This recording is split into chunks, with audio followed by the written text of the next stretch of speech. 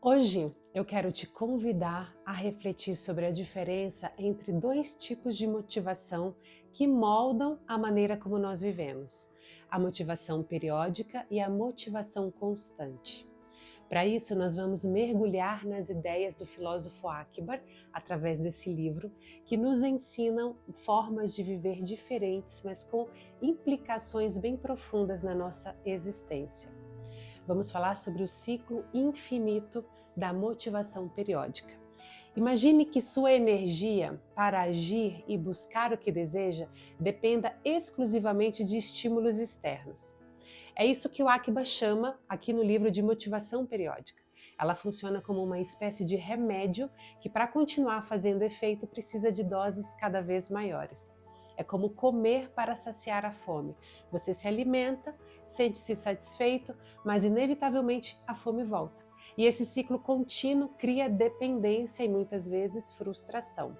A motivação periódica, ela está intimamente ligada a 4 aspectos do ser humano: fisiológico, que responde às necessidades básicas, como comer e dormir; a biológica, que engloba práticas que revitalizam o corpo, como exercício físico e descanso adequado; e a emocional, que busca aceitação social, pertencimento e validação.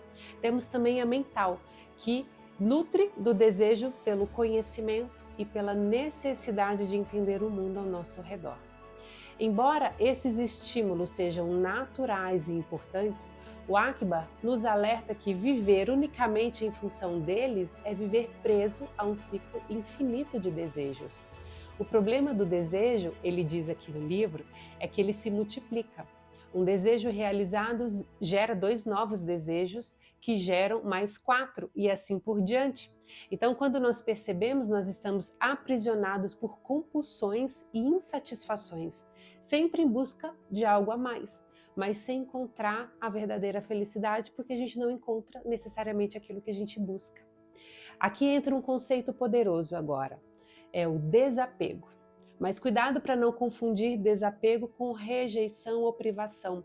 O Akbar explica que nós podemos possuir coisas sem que elas nos possuam. Então, ter um belo carro, por exemplo, não é um problema. O problema está em viver para o carro, em se tornar escravo da necessidade de sempre ter mais. Quando somos capazes de desfrutar o que temos, mas viver tranquilamente sem aquilo, nós alcançamos o verdadeiro desapego e vem uma liberdade com isso. Ele nos conta a história de um monge que precisava atravessar um rio para encontrar seu mestre.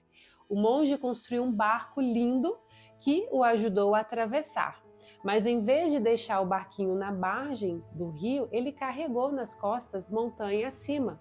O barco, que deveria ser apenas um meio de transição, tornou-se um peso que o impediu de chegar ao seu destino. Quantos de nós fazemos o mesmo? Carregamos coisas que já perderam seu propósito, perderam o sentido em nossas vidas. O desapego, como ele diz, é uma ponte para a liberdade. E agora outro conceito interessante que ele traz é a chave para a automotivação. Se a motivação periódica nos deixa reféns dos ciclos externos, a motivação constante é a resposta que buscamos. Mas o que é, afinal, a motivação constante? O Akbar a descreve como um estado que nasce do interior. Ela não depende do que acontece fora de nós, mas do que cultivamos dentro. É a automotivação que surge da busca pela sabedoria, pela unidade com todas as coisas e pelo domínio dos próprios desejos e das emoções. Esse tipo de motivação só se revela quando aprendemos a nos conhecer profundamente. É quando deixamos de ser controlados pelos desejos e passamos a controlá-los. Não significa renunciar ao que nos dá prazer, pelo contrário, o Akbar nos ensina a saborear os momentos da vida, a apreciar uma boa refeição, aproveitar um show, adquirir algo que nos agrade. A diferença está em não depender disso para encontrar sentido na nossa existência. Para cultivar a automotivação, é preciso abrir espaço para algo maior, que é a busca espiritual. Isso não quer dizer rejeitar o mundo material, mas viver nele com leveza, sem apegos. Quando buscamos sabedoria enxergamos além das necessidades imediatas. O propósito, então, ele se torna mais claro e a nossa alma finalmente encontra paz. Ele fala também da generosidade como fonte de riqueza. No final da sua reflexão, o Akbar fala que a generosidade ela é uma expressão sublime do desapego.